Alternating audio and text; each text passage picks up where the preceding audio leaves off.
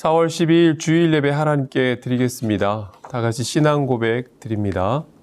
전능하사 천지를 만드신 하나님 아버지를 내가 믿사오며 그 외아들 우리 주 예수 그리스도를 믿사오니 이는 성령으로 잉태하사 동정녀 마리아에게 나시고 본디오 빌라도에게 고난을 받으사 십자가에 못 박혀 죽으시고 장사한 지 사흘 만에 죽은 자 가운데서 다시 살아나시며 하늘에 오르사 전능하신 하나님 우편에 앉아 계시다가 저리로서 산 자와 죽은 자를 심판하러 오시리라. 성령을 믿사오며 거룩한 공예와 성도가 서로 교통하는 것과 죄를 사하여 주시는 것과 몸이 다시 사는 것과 영원히 사는 것을 믿사옵나이다. 아멘. 찬송가 356장 드립니다.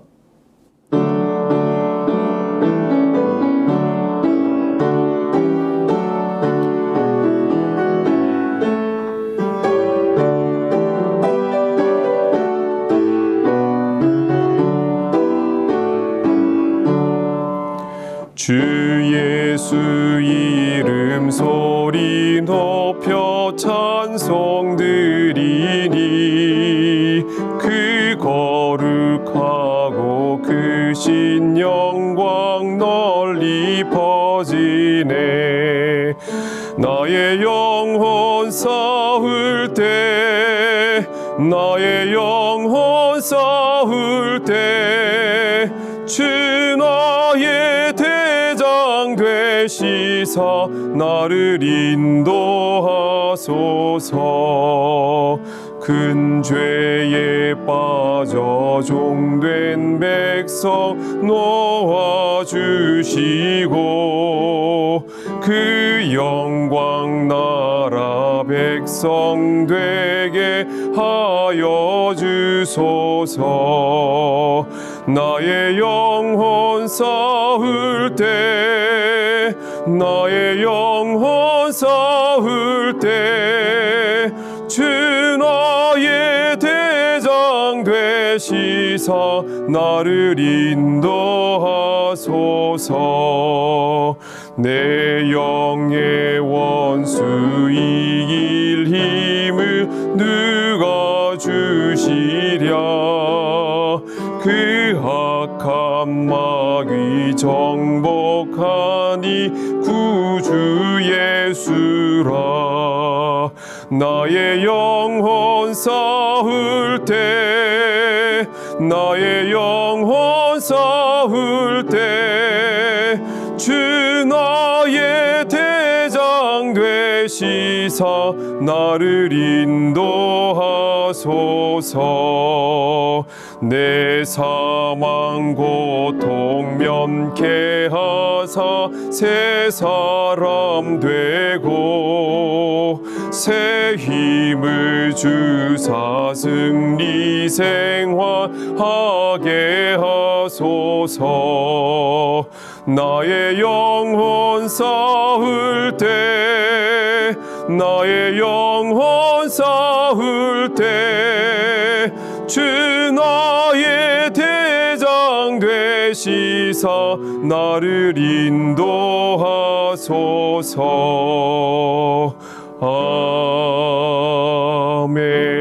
아멘. 박동수 장로님 기도해 주시겠습니다. 사랑과 은혜가 풍성하신 하나님 아버지, 오늘도 좋은 날 허락하시고 아버지 앞에 머리 숙여 예배할 수 있는 은혜 허락하여 주시니 감사드립니다. 화사한 꽃들과 실록의 푸르름이 우리 하나님의 질서 안에 조화롭게 하시고 이 시간 그 질서 안에 들어와 예배드리는 모든 성도들 주님 주시는 참 평안과 안식 얻고 돌아가는 은혜 내려 주옵소서. 주님, 함께 예배하지 못함으로 인해 영적인 민감성이 떨어지고 말씀 앞에 서지 못하는 모습이 일상처럼 되어버림에 다시 한번 주님의 긍휼하심을 구합니다. 이 시간 죄에 무감각해지고 더러워진 마음과 영혼을 주의 보혈로 정결하게 씻어 주옵소서.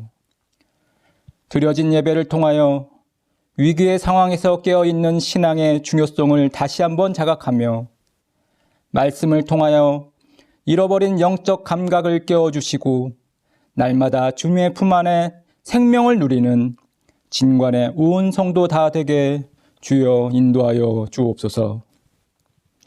진관교회와 함께 하신 주님, 교회 영상 장비와 음향 공사를 앞두고 있습니다. 어려운 경제 상황 속에서도 성도들이 정성으로 드려진 헌금을 통하여 시작하는 이번 공사가 예배를 더욱 풍성하고 아름답게 하는 거룩한 도구가 되게 하시고, 공사를 진행하는 모든 일꾼들에게 함께 하시사 은혜 가운데 모든 공사가 안전하게 마무리되도록 주여 붙잡아 주옵소서. 돌아오는 수요일엔 국회의원을 뽑는 중요한 선거가 있습니다. 하나님의 뜻을 온전히 행할 수 있는 일꾼, 민의를 잘 대변하는 일꾼이 선출되게 하옵시고, 이들을 통해 코로나19의 어려움과 대한민국의 여러 현안들을 잘 해결하여 정의와 공의가 강물처럼 흘러가는 대한민국이 되는 축복을 허락하여 주옵소서. 주여, 이번 코로나로 건강과 경제적 어려움에 처한 주의 백성들을 함께하여 주시고, 감당할 시험 밖에는 허락치 아니하시며 피할 길을 내어주어 능히 감당하게 하실 아버지 그 큰 사랑 붙잡고 승리하는 믿음의 백성 다 되게 하옵소서. 시간이 흐를수록 주님 닮아가는 삶으로 성숙하기를 바라지만 여전히 미숙하고 실수투성이인 나의 모습을 이 시간 말씀으로 깨닫게 하시고 생명의 말씀으로 단위에 세워준 우리 목사님, 주님의 능력의 장중에 붙들어 주시사 말씀이 전하여질 때 말씀 따라 살아감이 복된 삶임을 깨닫고 돌아가는 은혜 허락하여 주옵소서.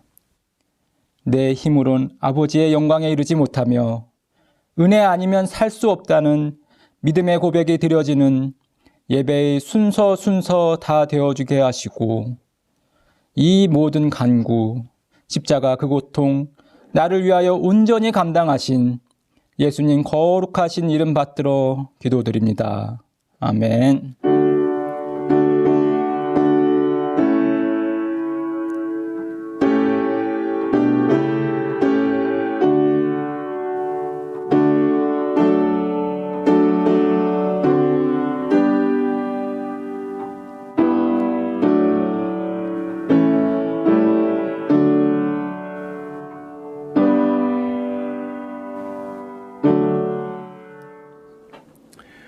교회 소식 전하겠습니다. 우리 교회는 코로나19로 인하여서 예배를 유튜브 예배로 드리고 있습니다. 영상으로 예배를 드리지만 하나님 앞에 드리는 예배이기 때문에 여러분 신령과 진정을 다해서 하나님 앞에 예배 드리시기를 부탁드립니다. 아울러서 새벽 예배, 수요예배, 금요 예배도 유튜브 예배를 꼭 이용해 주시기를 바랍니다. 코로나19 사태가 길어짐으로 인해서 헌금을 드리는 부분이 어려움이 있습니다. 온라인으로 헌금해 주시기를 부탁드립니다.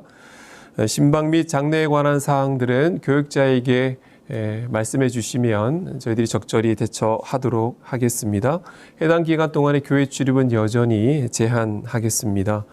음향 영상 공사 4월 16일 목요일부터 2주간 진행이 되어집니다. 아무런 사고 없이 그리고 완벽하게 공사가 잘 진행되도록 기도해 주시기 바랍니다. 이 시간 함께 나눌 하나님의 말씀은 고린도전서 16장 13절부터 14절까지의 말씀, 우리 한 목소리로 읽겠습니다. 두 절의 말씀입니다. 고린도전서 16장 13절 14절 말씀을 함께 읽겠습니다. 깨어 믿음에 굳게 서서 남자답게 강건하라. 너희 모든 일을 사랑으로 행하라. 아멘. 깨어 믿음에 굳게 서라 라는 제목으로 은혜 나누기 원합니다. 남자분들은 대부분 군대를 다녀오셨을 겁니다. 군대에 가면 가장 먼저 하는 것이 군기를 잡는 것이죠. 민간인과 군인의 가장 중요한 차이는 바로 군기에 있습니다. 예비군들은 현역들이 받았던 훈련을 이미 다 받은 사람들이죠. 그들은 오히려 현역들보다 더 많은 경험을 가지고 있습니다.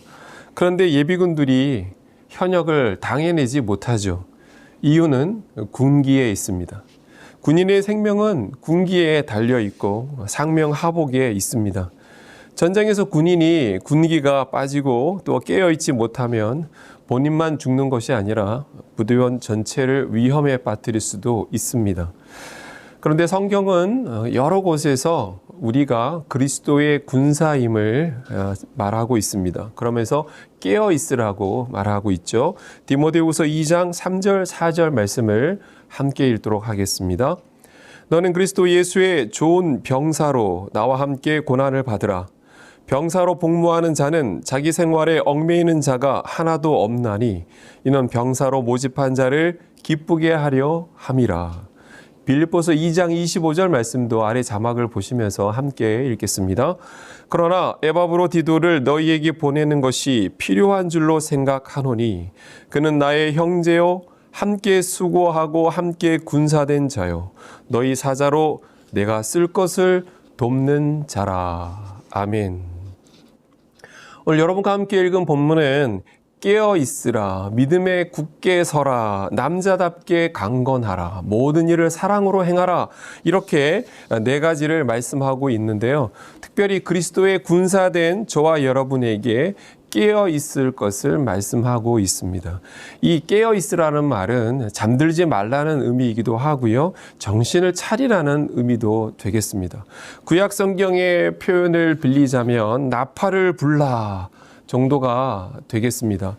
기상 나팔을 불어서 잠들어 있는 군인을 흔들어 깨워 군복을 입고 무장을 갖추어서 각자 정해진 위치로 가라라고 표현할 수가 있는 것이죠. 성경은 서신서 곳곳에서 이 깨어 있으라는 말을 사용합니다.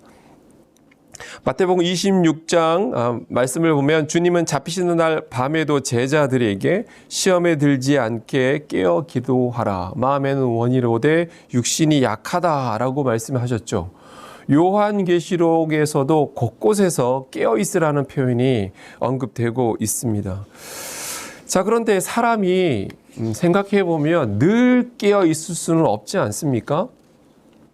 늘 깨어 있다면 사람이 어떻게 여러분 버티겠습니까? 사람이 노래를 한 곡 불러도 시작부터 마지막까지 다 포르테로 부를 수는 없는 것이거든요. 세계적인 성악가들도 한 곡을 부를 때 처음부터 끝까지 다 포르테로 부르지는 않아요. 세게 불러야 될 부분은 세게 부르고 약하게 불러야 될 부분은 약하게 불러야 되죠. 네. 피아노 심으로 불러야 될 때는 피아노 심으로, 포르테로 불러야 될 부분은 포르테로 불러줘야 하는 것입니다.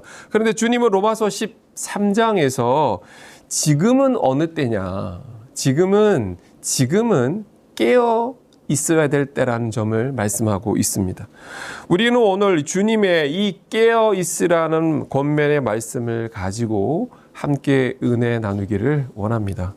자, 첫 번째, 그러면 우리는 왜 깨어 있어야 하는가? 깨어 있어야 될 이유가 무엇인가? 라는 질문을 해볼 수가 있겠죠. 여러분은 왜 깨어 있어야 된다라고 생각하십니까? 그냥 좀 편안하게 내버려 두면 안 되는 것입니까? 여기서 깨어 있으라는 말의 의미는 영적으로 깨어 있으라는 의미가 되겠죠. 한마디로 설명하자면 깨어 있는 것과 기도하는 것이 밀접한 관계를 갖는다고 할 수가 있는데요. 그래서 주님은 시험에 들지 않게 깨어 기도하라라고 하셨습니다. 우리가 깨어 있어야 될 이유는 의외로 간단합니다. 그것은 그리스도인의 삶의 현장이 곧 영적 전투이기 때문에 그런 것입니다. 너무나도 단순한 진리이지만 오늘날 그리스도인들에게 가장 필요한 것은 바로 우리의 삶이 영적인 전투 속에 있다는 의식을 갖는 것이죠. 적지 않은 그리스도인들이 놀랍게도 이런 의식 없이 살아갑니다. 교회는 하나님께서 이 땅에 배치한 전투 부대이고 그리스도인은 대장 되신 예수 그리스도의 부름을 받아 이 우주적이고 영적인 전쟁을 수행해 가야만 하는 군인이라는 점을 알아야 하는 것입니다.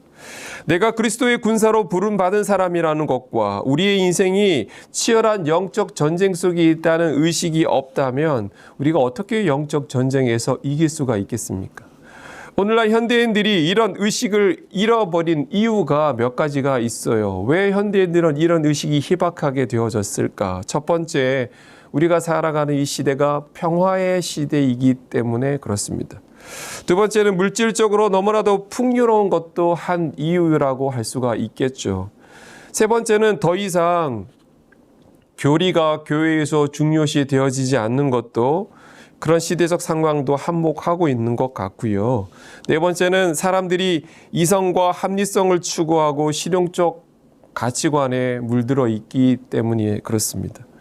이성과 합리에 반하는 것, 그리고 초자연적인 것들을 배격하려는 경향이 현대에 들어서 더 강해졌습니다. 그런 것들은 이성과 합리에 반하는 것이라든가 초자연적인 것들에 대해서는 그런 것들은 그냥 다 싸잡아서 말도 안 된다라고 사람들이 그냥 생각을 하죠. 오늘날 이 시대에 사탄이 거둔 승리 중에 하나는 마귀가 오늘 살아가는 현대인들에게 초자연적인 것들은 믿지 않도록 만들어 놨다는 것입니다. 현대인들은 철저히 과학적 사고를 추구하기 때문에 성경에 나오는 기적을 믿으려고 하지 않죠. 소위 지성인이라고 하는 사람들에게 있어서 기적은 그냥 비웃음거리밖에 되지가 않습니다. 심지어는 신학자들조차도 신학을 전공하는 사람들 가운데 일부 신학자들 중에서는 성경에 나오는 기적을 신화라고 말하는 사람들도 있습니다. 이 시대의 교회는 그 어느 때보다도 힘겨운 싸움을 하고 있는데 교회 밖에서뿐만 아니라 교회 안에 들어와 있는 이런 그릇된 신학들이 교회를 점점 체질적으로 약화시키고 있다는 것입니다. 자유주의 신학이라고 할 수 있죠. 세속화된 신학이 교회 안에 만연해 있는 것입니다. 그러다 보니 천사라던가 사탄이라던가 하는 것의 실체를 아예 관심도 갖지 않고 인정하지 않으려 하는 분위기가 많이 있습니다. 심지어는 기독교인들조차도 종교는 내가 받아들일 수도 있고 안 받아들일 수도 있는 하나의 어떤 이념이나 가치관 정도로 생각하시는 분들이 적지 않습니다. 교회를 다니는 것은 내가 힘들 때 위로받거나 혹은 내 삶이 잘 되도록 축복해 주는 것 이상으로 생각하려고 하지 않는다는 것이죠. 내가 그것을 따르면 유익이 될 수도 있겠지만 내가 선택하지 않아도 크게 문제가 되지 않는 것쯤으로 생각한다는 것입니다. 마귀는 오늘 이 시대의 사람들의 사고 속에서 선과 악의 경계를 희미하게 만들어 버렸습니다. 하나님과 사탄, 천국과 지옥 이런 단어들을 지워버리거나 아니면 희미하게 만들어 버렸죠. 현대인들은 그런 어떤 단어에 별 관심이 없습니다. 그냥 있어도 그만이고 천사가 있든 말든 있어도 그만이고 없어도 별 문제 없다는 태도를 취합니다. 아니 먹고 살기도 바쁜데 그게 도대체 나랑 무슨 상관이냐라는 그런 태도를 갖는 것이죠. 현대인들은 기독교를 생각하면서 이 기독교가 내게 얼마나 유익을 가져다 줄 수 있는가라는 어떤 실용적인 차원에서 기독교를 바라봅니다. 문제는 이런 식의 사고가 어느샌가 사람들의 의식 속에 만연해졌다는 것이고 그래서 이제는 너무나도 많은 사람들이 이런 사고방식을 가지고 신앙생활을 하고 있다는 것이죠. 이제는 더 이상 크게 놀랄 일도 아닌 일이 되어져 버리긴 했지만 이런 사고 방식은 분명히 비성경적이고요. 또한 우리에게 영적인 나태함과 안일함을 가져다 주었다라는 것입니다. 성경은 명백히 그리스도인의 삶은 영적 전쟁의 연속임을 말하고 있습니다. 그러면서 끊임없이 깨어 기도하라라고 우리를 권면하죠. 바울은 디모데후서 4장 7절에서 이렇게 말을 했습니다. 자막을 보시면서 함께 봅니다. 나는 선한 싸움을 싸우고 나의 달려갈 길을 마치고 믿음을 지켰다라고 했습니다. 바울은 자신의 삶이 치열한 영적인 전쟁임을 고백한 것이죠. 에베소서 6장 12절은 이렇게 말합니다. 우리의 씨름은 혈과 육을 상대하는 것이 아니요 통치자들과 권세들과 이 어둠의 세상 주관자들과 하늘에 있는 악의 영들을 상대함이라. 하늘에 있는 악의 영들을 상대하는 것이 우리의 싸움이다 라고 했어요. 베드로는 또 뭐라고 했는지 아십니까? 베드로는 우리의 대적이 우는 사자처럼 삼킬 자를 찾아 두루 돌아다닌다라고 표현했어요. 창세기 4장 7절은 이런 말을 하고 있습니다. 선을 행치 아니하면 죄가 문에 엎드리느니라. 죄의 소원은 내게 있으나 너는 죄를 다스릴지니라. 영원한 기독교의 고전 중에 존 버년이 쓴 철로역정이라는 책이 있죠. 여러분 꼭 한번 읽어보시기 바랍니다. 철로역정이라는 책을 보면 그리스도인을 원수들에게 애워싸이고 사방에서 공격을 당하면서 본향을 향해 여행해 가는 순례자로 묘사하고 있습니다. 오늘날은 확실히 우리가 살던 그 이전 세대와는 전쟁의 양상이 많이 바뀌었습니다. 핍박이나 순교보다는 많은 경우 우리의 가치관이 마귀의 공격 대상이 되었습니다. 그 결과 많은 경우 변질되어져 버렸고 영적 전쟁에 대한 인식이 무뎌졌으며 전쟁터에 나와 있는 군사 같지 않게 긴장감이 사라져 버렸다는 것이죠. 현대인들은 영적인 세계 자체에 대해서 큰 관심이 없습니다. 심지어 오늘의 문화는 마귀나 사탄은 애니메이션에 나오는 귀여운 캐릭터 정도로 아이들이 생각을 하죠.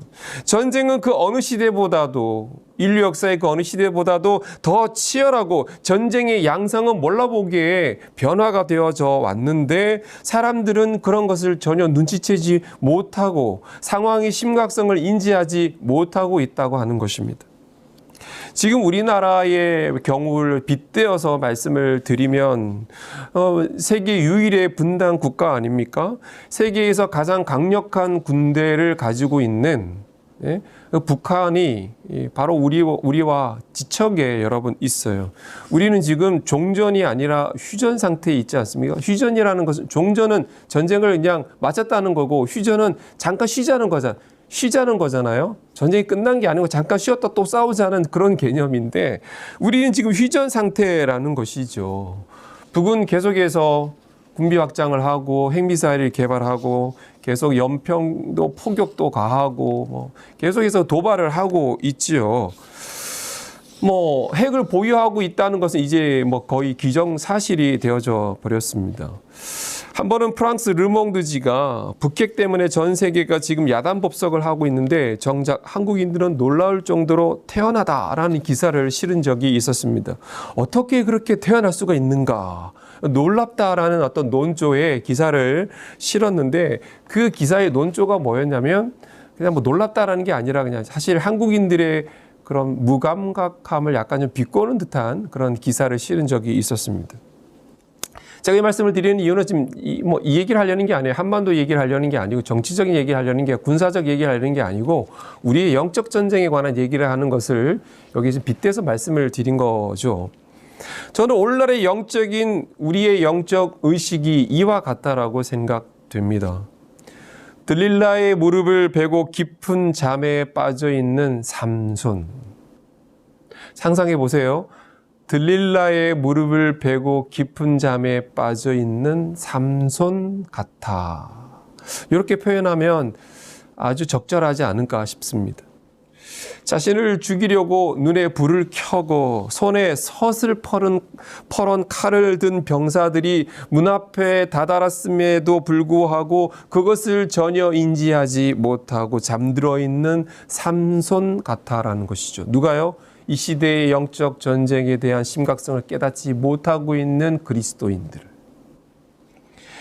교회가 기도하지 않으면, 성도가 기도를 게을리하면 이와 같은 영적 위기에 봉착하게 되는 것입니다. 놀라운 것은 기도하면 할수록 영적 전장의 상황이 눈에 들어오지만 기도하지 않으면 편하기는 하겠지만 눈앞에 닥친 영적 위기를 전혀 분별하지 못한다라는 것입니다. 대부분의 교회에서 싸우는 교회들, 문제가 있는 교회들이 영적으로 무뎌요. 영적으로 무뎌요. 말씀이 선포되는데 은혜 받는 사람들도 적어요. 은혜를 받지 못하니까 깨달음도 없죠. 깨달지 못하니까 본인의 삶이 하나님을 닮아가는 그런 모습 전혀 없고 여전히 세속적인 모습을 가지고 신앙생활을 하는 거예요. 그러니까 교회의 성도긴 하고 직분자이긴 한데 순세속적인 사람만 모이다 보니까 싸우는 거죠. 마귀가 가지고 노는 거예요. 지금 이 시대가 얼마나 무서운 상황으로 가고 있는지, 하나님의 심판이 얼마나 눈앞에 가까이 이르렀는지를 전혀 분별하지 못합니다. 그리고 내 영혼이 얼마나 병들었는지, 얼마나 죄악이 깊은 밤을 보내고 있는지 깨닫지 못합니다. 우리가 영적으로 잠을 자면, 잠들어 있으면 하나님의 말씀을 읽어도 뭔 뜻인지를 도무지 알지 못하고 설교 시간이 그저 그냥 지루하고 따분하고 은혜가 안 될 뿐이죠. 그냥 빨리 끝내라. 왜 이렇게 설교가 기냐? 은혜도 안 되는데. 이런 그냥 지루하고 따분할 뿐이에요. 아무리 말해도 알지 못해요. 반복해서 그 말을 또 하고 또 해도 몰라요. 우리가 영적으로 잠을 자면 내가 죄 속에 발을 담그고 있어도 지금 죄를 짓고 있다는 생각조차 못하는 것입니다. 삼손이 그랬거든요. 삼손에게 있어서 진짜 비극은 그를 죽이려는 사람들이 문 앞에 다다랐다는 그 점이 더 비극이 아니라 하나님의 영이 자기를 떠났다는 것. 그래서 하나님이 주신 그 힘이 자기에서 사라졌다는 그 자체를 깨닫지 못했다는 그것이 더 큰 비극이거든요. 만약에 그가 그것을 알았더라면 도망했겠죠. 그런 비극을 당하지 않았겠죠. 삼손의 참된 비극은 사실은 문 앞에 적이 다달랐다는 그것이 아니라 그의 몸에서 그의 인생에서 하나님이 떠났다는 그것을 못 알아챘다는 그 점이 아주 그에게는 치명적이었다는 것이죠. 기도하지 않고 영적으로 묻어있는 사람들의 특징인 것입니다. 결국 삼손은 어떻게 됩니까? 머리털 다 깎이고 그의 자랑 아니었습니까? 그의 힘의 상징 아니었습니까? 하나님이 그와 함께 한다는 것의 상징적인 것이 그의 머리털이었는데 그 머리털 다 밀리고 두 눈 뽑혀서 비참하게 끌려갔다는 거예요. 그제서야 정신이 겨우 들었습니다. 우리는 지금 영적으로도 국가적으로도 끓는 기름 가마솥과 같은 북한을 마주하고 있고요. 정전도 휴전도 없는 전방위적인 치열한 영적 전투의 현장 속에 있음을 잊지 말아야 하겠습니다. 방법은 뭐냐? 방법은 기도하는 방법밖에 없습니다. 가정이나 교회나 기도하는 소리가 그치지 않아야 하겠고요. 기도하는 교회가 강한 교회인 것입니다. 기도하는 성도가 많아야 그 교회는 소망이 있는 것입니다. 그런 성도를, 그런 교회를, 그런 국가를 하나님이 긍휼히 여기실 줄로 믿습니다. 다른 것 다 잘하는데 기도를 잘 못한다. 그 사람은 속고 있는 것입니다. 다른 건 내가 다 하겠는데 기도는 내가 못하겠다. 우리가 하나님을 기쁘시게 하는 일꾼이 되기 위해서는 마음만 가지고 안 되고요. 열정만 가지고도 안 되고요. 뭐가 있어야 될까요, 그러면? 마음만 가지고 열정만 가지고 하나님을 하는 게 아니고 그런다고 그런 사람 모아놓는다고 교회가 되는 것도 아니죠. 훈련이 돼야 됩니다. 훈련. 디모데전서 4장 7절 말씀을 보면 개역성경입니다. 망령되고 허탄한 신화를 버리고 오직 경건에 이르기를 연습하라. 연습하라. 세상에 좋은 것 있어도 그만이고 없어도 그만인 것, 썩어질 것, 그런 망령되고 허탄한데 인생 다 허비하고 내 삶의 시간과 정력 다 쏟아버리지 말고 오직 경건에 이르기를 연습하라는 것입니다. 경건은 하루아침에 이루어지는 게 아니라는 거죠. 부단한 반복을 통해서 만들어져 가는 것입니다. 새벽기도 몇 주 한다고 몸에 배지 않습니다. 말씀 읽는 훈련 조금 해보다가 안 된다고 그만두지 말라는 거죠. 하나님을 기쁘시게 하는 일꾼이 되기 위해서는 가장 기초적인 경건의 훈련이 되어 있어야 합니다. 그래야 하나님을 기쁘게 하는 좋은 일꾼이 될 수가 있어요. 최소한 기도하고 말씀 있는 훈련 정도는 되어 있어야 일꾼이 될 수가 있는 거예요. 사역을 지속할 수가 있는 거예요. 인간관계 훈련, 사역 훈련에 되어 있어야 합니다. 훈련 없이 열심과 의욕만 가지고 하다 보니까 한두 해 하다가 지겹고 힘들고 낙심되고 그러니까 그냥 관두는 거죠. 뒤로 물러나 앉는 거예요. 왕년에 나도 해봤다 이렇게 얘기하는 거죠. 그러므로 우리는 목표를 정해야 합니다. 무슨 목표? 기도의 목표, 네? 예배 생활의 목표, 말씀 생활의 목표, 내가 성경을 어떻게 읽어야 될 것인가 목표를 정하시고, 내가 좀 공예배를 생활을 잘하고 있는가, 새벽 예배, 수요 예배, 금요 예배, 주일 예배, 주일 오후 예배, 수많은 예배가 딱 드려지고 있는데 나는 지금 하나님 앞에서 예배 생활을 제대로 하고 있는가, 말씀 생활 제대로 하고 있는가, 그런 거 다 훈련이 되어 있지 않는데 봉사자로, 직분자로 섬기는 것은 본인과 함께 교회를 위험에 빠뜨릴 가능성이 농후한 것입니다. 그러므로 여러분 경건의 목표를 정하시고 오직 경건에 이르도록 여러분 스스로를 부단히 연습, 훈련하시기를 바랍니다. 두 번째는 무엇에 대해서, 첫 번째는 왜 깨어 있어야 되는가 말씀드렸죠. 두 번째는 무엇에 대해서 깨어 있어야 하는가라는 질문을 해볼 수 있습니다. 첫 번째는 나 자신에 대해서 깨어 있어야 됩니다. 우리는 무엇보다도 내 자신을 살펴야 하는 것이죠. 언제나 문제는 나 자신이에요. 사람들은 타인에 대해서는 경계심을 가지면서도 자기 자신에 대해서는 경계심을 한없이 풀어버리는 경향이 있습니다. 하나님의 집에 와서 봉사하기에는 시간이 많이 부족한데 본인을 위해서는 하루 24시간 1년 365일도 부족하다고 느끼는 그런 경향이 있죠. 우리의 삶은 늘 분주하고 해야 할 일들로 가득 차 있습니다. 아마 여러분 죽을 때까지 그럴 거예요. 마귀의 전략 중에 하나가 뭐냐면 늘 우리를 후달군다는 거죠. 우리를 뒤에서 계속 쫓아온다는 것처럼 우리를 느끼게 만든다는 거예요. 늘 쫓기는 삶을 살게 한다는 거죠. 사람들은 자신의 영적 태만에 대해서 여러분 모두가 다 그렇다는 얘기는 아니니까 상처받지 마십시오. 사람들은 자신의 영적 태만에 대해서 한 100가지쯤의 변명은 항상 가지고 있는 것 같습니다. 자기 합리화죠. 사람들은 하나님의 말씀을 묵상하지 않고 기도하지 않고 경건의 일기를 연습하라는 성경의 말씀은 캐캐묵은 다 아는 청교도들이나 하는 얘기 정도로 치부합니다.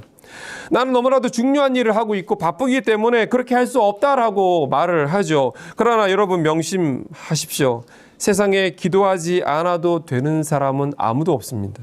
날마다 말씀 속에 역사하시는 주님과 함께 동행하지 않아도 되는 사람은 한 사람도 없습니다.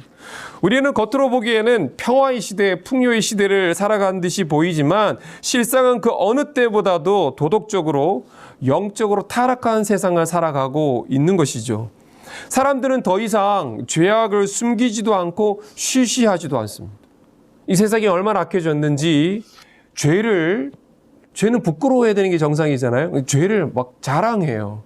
죄를 자랑하고 심지어 막 여기저기서 coming out. 자기가 이런 죄인이라는 걸 막 그냥 그게 뭐 어떠냐라는 거예요. 그래서 막 다 막 coming out 하는 거죠.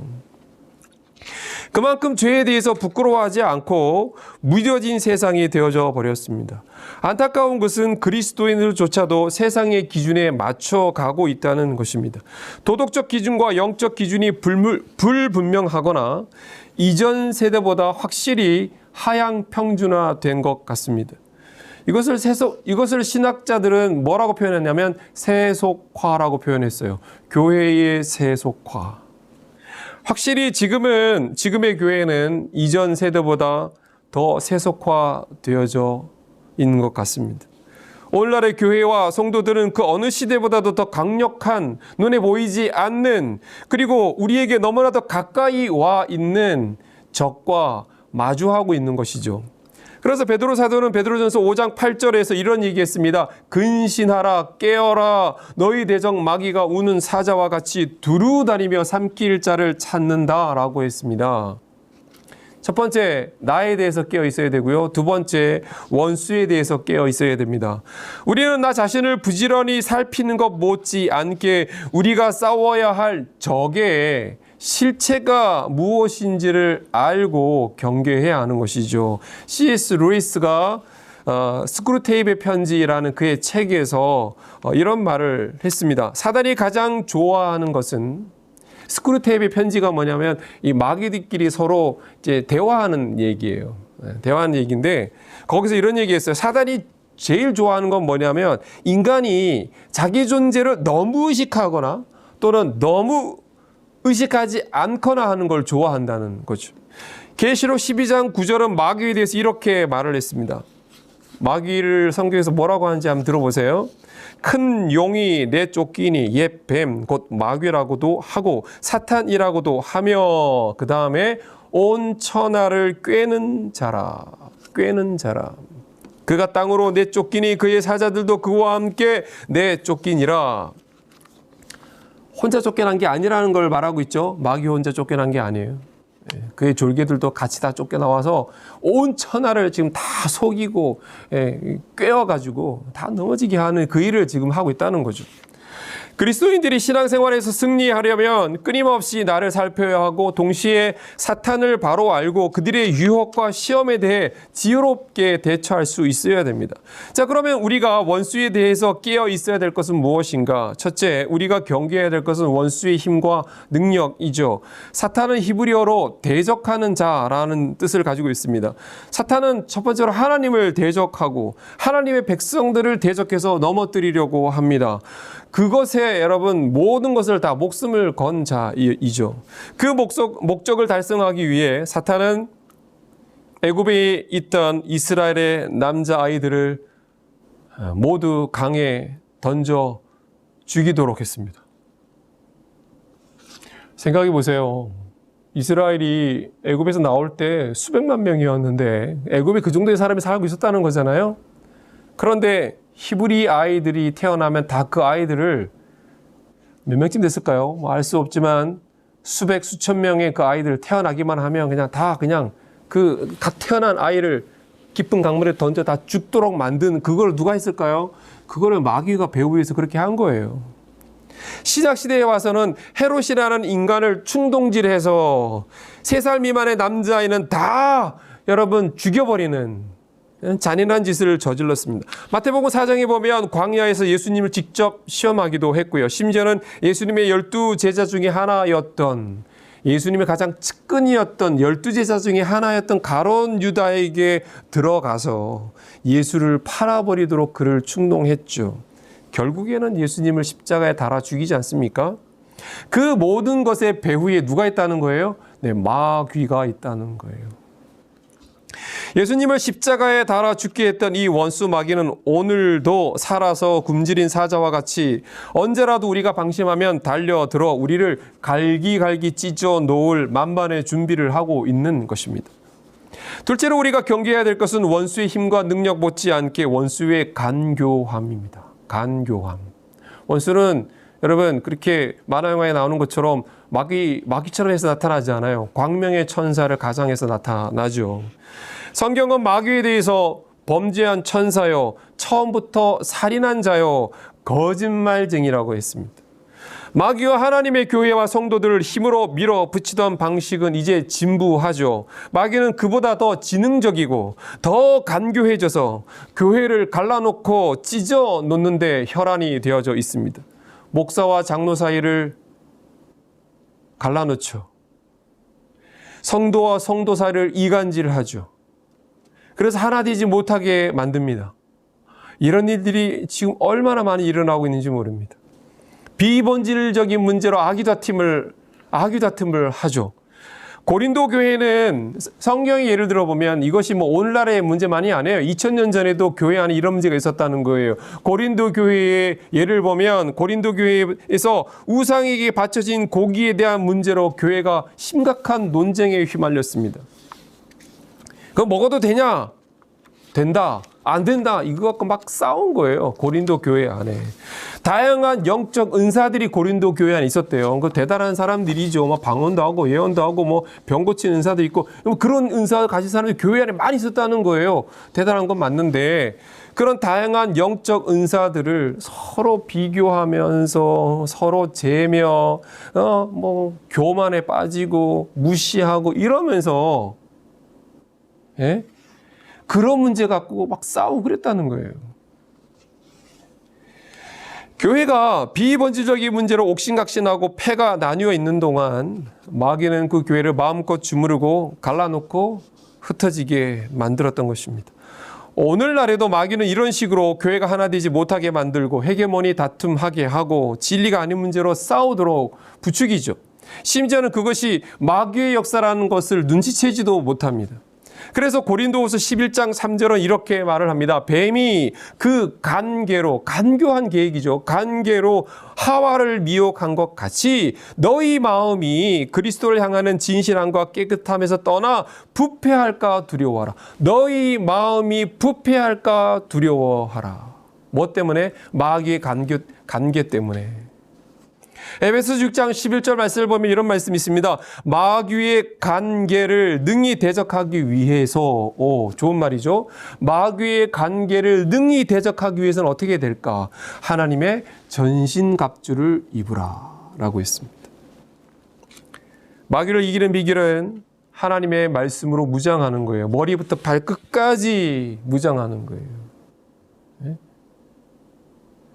그 말씀을 여러분 붙들고 그 말씀을 나의 영적 무기로 삼고 그리고 여러분 기도하며 나아갈 때 마귀가 우리를 피할 줄로 믿습니다. 야고보 사도가 그런 얘기해서 일찍이 하나님께 복종할지어다 마귀를 대적하라 그리하면 너희를 피하리라 라고 말을 했거든요.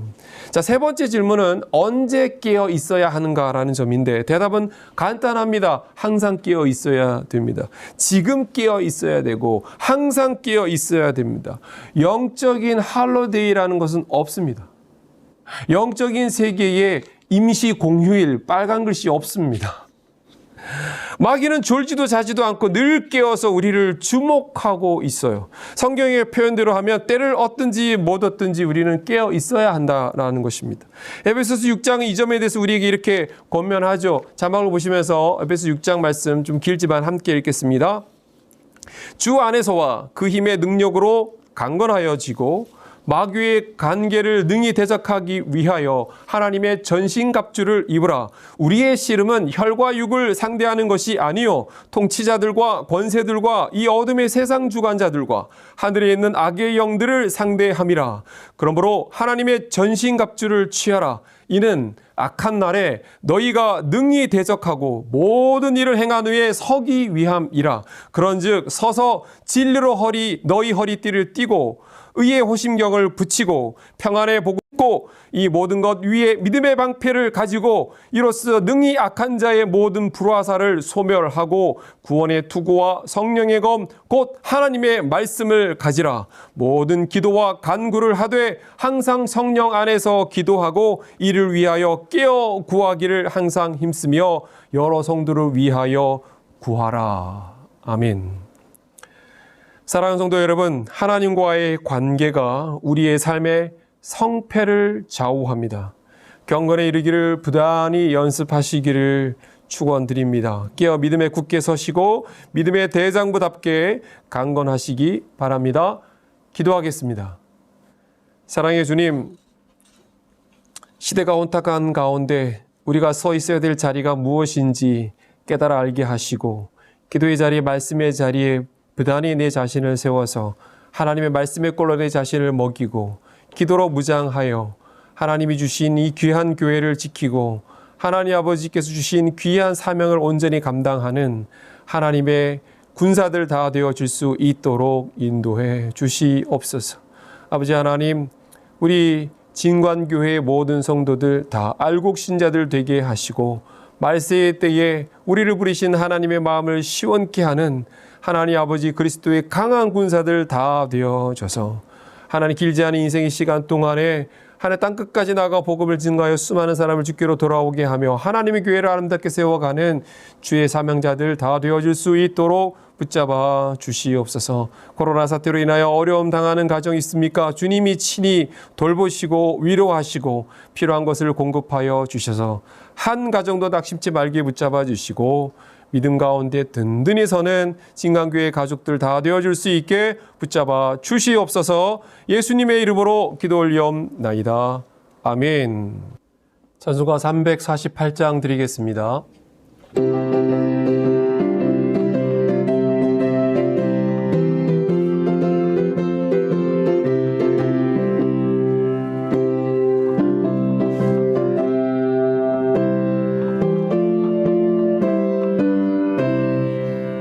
마귀들과 싸울지라 죄악 벗은 형제여 담대하게 싸울지라 저기 악한 적병과 심판날과 멸망의 날 내가 섰는 눈앞에 곧 다가오리라.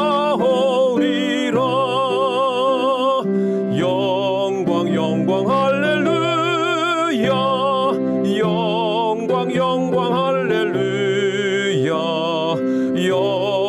영광 할렐루야 곧 승리하리라. 마귀들과 싸울지라 죄악 벗은 형제여 모함치는 무리들은 흉한 마귀 아닌가. 무섭고도 더러운 죄 모두 떨쳐버리고 주 예수 붙들라. 영광 영광 할렐루야 영광 영광 할렐루야 영광 영광 할렐루야 오 승리하리라. 마귀들과 싸울지라 죄악 벗은 형제여 구주 예수 그리스도 크신 팔을 벌리고 너를 도와주시려고 서서 기다리시니 너서 나오라. 영광 영광 할렐루야 영광 영광 할렐루야 영광 영광 할렐루야 곧 승리하리라. 기도합니다. 사랑의 주님, 오늘 우리에게 예배할 수 있는 은혜를 주시니 감사합니다. 아직 날이 어둡기 전에 우리의 인생의 날이 남아 있을 때, 우리의 젊음이 있을 때 하나님 앞에 진정한 예배자로 서기에 붙잡아 주시고 늘 영적으로 깨어 기도하여 하나님의 교회를, 하나님의 나라를, 주의 뜻을 세워가는 주의 백성들 다 되어지게 인도하여 주시옵소서. 오늘 예배로 나아올 때 하나님 마음과 뜻과 정성을 하나님께 드렸습니다.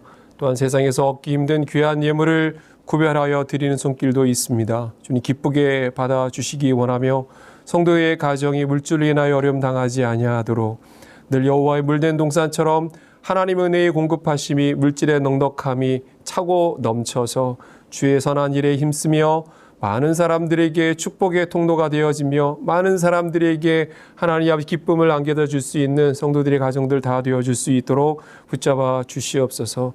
성도들의 생업을 복되게 하시고 자녀들이 형통케 하시고 가정에 늘 평안이 넘칠 수 있도록 은혜 베풀어 주시옵소서.